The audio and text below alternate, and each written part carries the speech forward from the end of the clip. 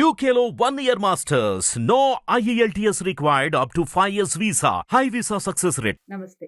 ఎన్నో ఆధ్యాత్మిక కార్యక్రమాలు నిరంతరం మన ఛానల్లో ప్రసారం అవుతూనే ఉంటాయి. మీ నుంచి కూడా అశేష స్పందన లభిస్తుంది. దానికి ముందుగా మీ అందరికీ కృతజ్ఞతలు. ఎలాంటి వీడియోస్ మీరు కావాలనుకుంటున్నారు, ఎలాంటి ఆధ్యాత్మికమైనటువంటి వీడియోస్ మీరు చూడాలనుకుంటున్నారు, ఈ విషయాలన్నీ కూడా కామెంట్ బాక్స్లో తెలియచేయండి. ఇక ఈ రోజుకి సంబంధించి కొన్ని ముఖ్యమైన టాపిక్స్ మాట్లాడబోతున్నాం. మనందరికీ తెలుసు అని మీరు అనుకోవచ్చు, కానీ చెప్పే విధానంలో తెలుసుకోవాల్సిన పద్ధతిలో చాలా వరకు తేడాలు ఉంటూ ఉంటాయి. అందులో ముఖ్యంగా మనందరికీ ఇష్టదైవం అని చెప్పొచ్చు వినాయకుడు. ఎందుకు వినాయకునికే తొలి పూజలు అందుకుంటారు? వినాయకుడికి ఎందుకు అంతటి ప్రత్యేకత? అలాగే వినాయకి నామాల్లో ఉండేటటువంటి విశిష్టత ఏమిటి? ఆ రూపంలో ఎందుకు అంతటి శక్తి దాగి ఉంది? ఈ విషయాలన్నీ కూడా వివరించడానికి ఈరోజు నాతో పాటు ఉన్నారు డాక్టర్ టి గౌరీశంకర్ గారు, ప్రముఖ ఆధ్యాత్మికవేత్త. మనందరికీ సుపరిచితులు. గతంలో కూడా సంస్కృతి సంప్రదాయాల మీద చాలా వీడియోస్ చేసున్నాం, ఛానల్లో ఉన్నాయి, అన్నీ వీక్షించండి.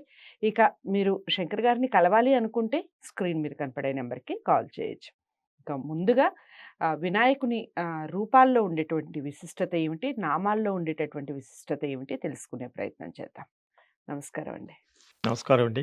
కృష్ణుడు అంతటి వాడికే నీలాప నిందలు తప్పలేదు అని అంటూ ఉంటారు.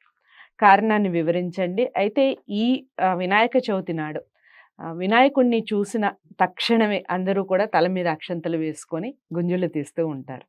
దాని వెనకాల ఉన్నటువంటి రహస్యం ఏమిటి? ఎందుకు వినాయకుడికి ఆ ప్రత్యేకత దక్కింది? వినాయకుడికి మాత్రమే గుంజిళ్ళు తీసి మనం జంపలు వేసుకొని అక్షంతలు వేసుకొని బయటకు వస్తాం. కారణాన్ని వివరిస్తూ, అలాగే వినాయకుడికి మాత్రమే ఎందుకు తొలి పూజ? అసలు వినాయక చవితి భాద్రపద మాసంలో శుద్ధ చవితి నాడే ఎందుకు జరుపుకుంటారు? ఇంకెప్పుడైనా జరుపుకోవచ్చు కదా అంటే, దానికి పురాణాలు ఏం చెబుతున్నాయంటే, పరమేశ్వరుడు వినాయకుడికి ఘనాధిపత్యం ఇచ్చినటువంటి రోజు భాద్రపద శుద్ధ చవితి నాడు గణాధిపతి అయ్యాడు. అంటే అతను ఆ రోజు ఆ పోస్టుకి స్వేరింగ్ సెరమనీ చేశాడు అని చెప్పుకోవాలి. అంటే గణాధిపతి అయినటువంటి రోజు భాద్రపద మాస శుద్ధ చవితి కాబట్టి ఆ రోజు మనం వినాయక చవితిని జరుపుకుంటున్నాం. ఇక తొలి పూజ అర్హత ఏమిటి అని అంటే, మనకు మంత్రశాస్త్రం, తంత్రశాస్త్రం అనేటువంటివి మన హైందవ శాస్త్రాల్లో, హిందూ సమాజంలో అనేక రకాల తాత్విక శాస్త్రాలు, యోగ శాస్త్రం అని చాలా ఉన్నాయి మనకి. ఈ మంత్రశాస్త్ర ప్రకారంగా ఏమిటంటే, దేవతల్లో జంతు రూపము, నర రూపము రెండు కలిసినటువంటి దేవతల యొక్క మహత్యం చాలా పవర్ఫుల్గా ఉంటుందంటారు. అలాంటి దేవతలు మీకు నరసింహస్వామి అంటే సగం జంతు రూపం, సగం నర రూపం. ఈ రెండు కలిసిన దేవతల్ని ఎవరైతే కొలుస్తారో వాళ్ళకి వెంటనే అనుకున్నవి జరుగుతాయనేది మంత్రశాస్త్రం చెబుతోంది, ఇది ఎవరో చెబుతున్నది కాదు. కాబట్టి ఇక్కడ గణపతి కూడా మనకి అటు జంతు రూపము, ఇక్కడ నర రూపం, ఏనుగు. కాబట్టి అటువంటి గణనాయకుణ్ణి మొట్టమొదట కొలిసేటువంటి అర్హత ఆ రకంగా అతనికి లభించింది అనేటువంటిది ఒకటి ఉంది. తర్వాత గణపతి వినాయక చవితి రోజు అసలు వినాయక పూజ చేసేటప్పుడు మామూలుగా మీకు తెలుసు, పాలవెల్లి కడతాము, ఒక మంటపం తయారు చేస్తాము. తర్వాత నదిలో మట్టిని తీసుకొచ్చి ఆ మట్టితో వినాయకుడి విగ్రహం చెయ్యాలి అనేది శాస్త్రం. సరే, ఇప్పుడు ఏవో రకరకాలుగా వస్తున్నాయి ఆధునిక కాలం, అది పక్కన పెడదాం. మనకి శాస్త్రం ఏం చెబుతుందంటే, నదిలో ఉన్నటువంటి స్వచ్ఛమైన మట్టిని తెచ్చి ఆ మట్టితో వినాయకుడి విగ్రహం చేయాలి. ఇక్కడ తాత్వికత ఏమిటంటే, మానవ శరీరం ఈ పాంచభౌతికమైనటువంటి ప్రకృతి నుంచి ఏర్పడినటువంటి శరీరం, ఇది మట్టితో కూడినటువంటి శరీరం. కాబట్టి వినాయకుడు దీనికి ప్రతీక. అటువంటి మట్టి విగ్రహాన్ని తెచ్చి మనం రకరకాల పూలతో, పళ్ళతో, 21 రకాల ఆకులతో పూజ చేస్తాం. ఈ ఆకులతో పూజ చేయడానికి కూడా కారణం ఏమిటంటే, ఈ భాద్రపద వర్షాకాలంలో మరి ప్రకృతి పచ్చగా విలసిల్లుతూ ఉంటుంది. అనేక రకాల మొక్కలు, ఔషధ గుణాలు కలిగినటువంటి మొక్కలు ఉంటాయి. కాబట్టి ఆ 21 రకాల పత్రి పూజ అంటాం. పత్రి అంటే పత్రం, ఆకులు. కాబట్టి వినాయకుడికి పూల కంటే కూడా ఎక్కువగా ఆకులతో పూజ చేస్తాం. దాని కారణం ఏమిటంటే ప్రకృతితో సంబంధం ఉన్నటువంటిది. ఆ 21 రకాల పత్రాలలో ఔషధ గుణాలు ఉండటం వల్ల ఈ వర్షాకాలంలో పిల్లలకి, పెద్దలకి రకరకాల జబ్బులు, జలుబులు, రోగాలు వస్తాయి కాబట్టి ఇవి నివారణ కోసమని ఆ పత్రి పూజ చేస్తాం. ఇలా వినాయకుడిని పూజ చేసేటప్పుడు ఎక్కువగా పిల్లలు, విద్యార్థులు, స్టూడెంట్స్ వాళ్ళ పుస్తకాలన్నీ కూడా పెడతారు. వినాయకుడి ముందు పెట్టి దానికి పసుపు కుంకుమ అద్ది భక్తితో దండం పెట్టుకొని గుంజిళ్ళు తీస్తారు. ఇందాక మీరు అడిగారు. దానికి కారణం ఏమిటంటే అసలు వినాయకుడి యొక్క శిరస్సు, ఆ గజముఖం జ్ఞానానికి ప్రతీక. అంటే అపారమైన జ్ఞానం కలిగింది.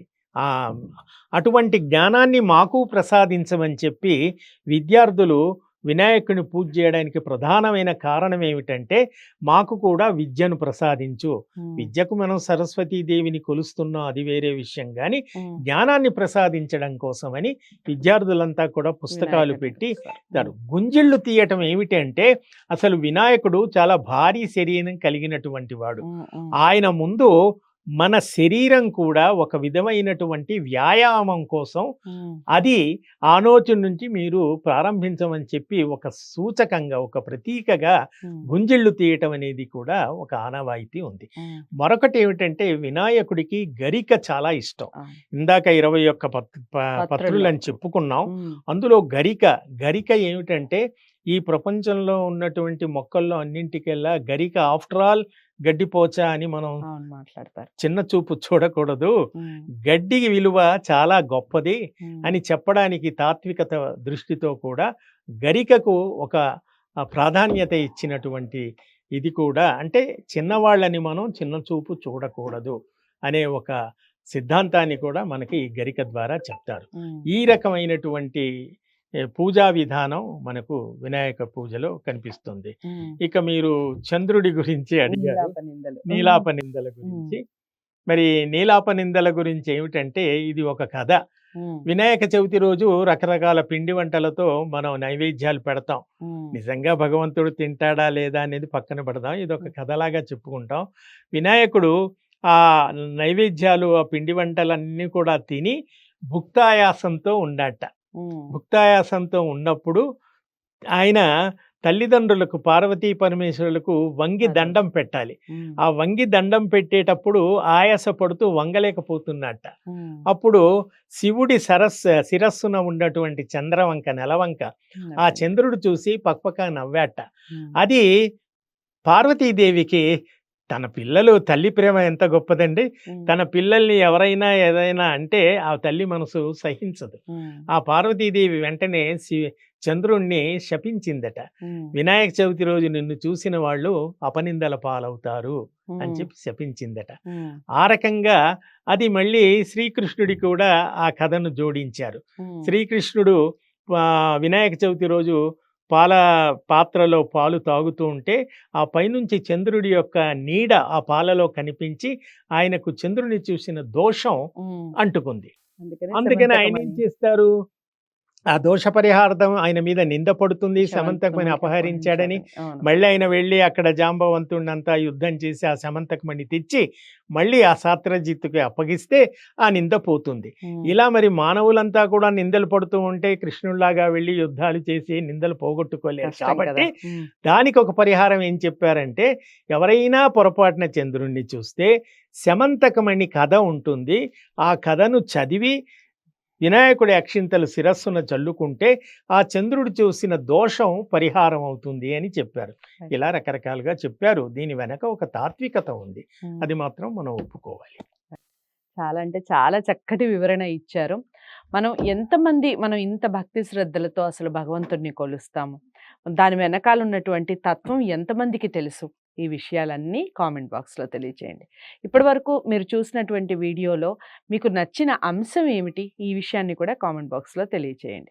ఈ చంద్రుని యొక్క కథ పిల్లలందరికీ చెప్పే ప్రయత్నం చేయండి. ముఖ్యంగా పక్కన వాళ్ళని చూసి హేళన చేస్తూ ఉంటారు. అలాంటి హేళన చేయకూడదు అన్న ఒక మంచి భావంతో పిల్లలకి ఇలాంటి కథలు చెప్పడం వల్ల చాలా అంటే చాలా మంచి మార్గంలో నడిచే ప్రయత్నం చేస్తారు. ఇక వీడియోని లైక్ చేసి షేర్ చేయండి, ఛానల్ని సబ్స్క్రైబ్ చేసుకోండి. మరో మంచి అంశంతో మళ్ళీ కలుద్దాం. నమస్తే.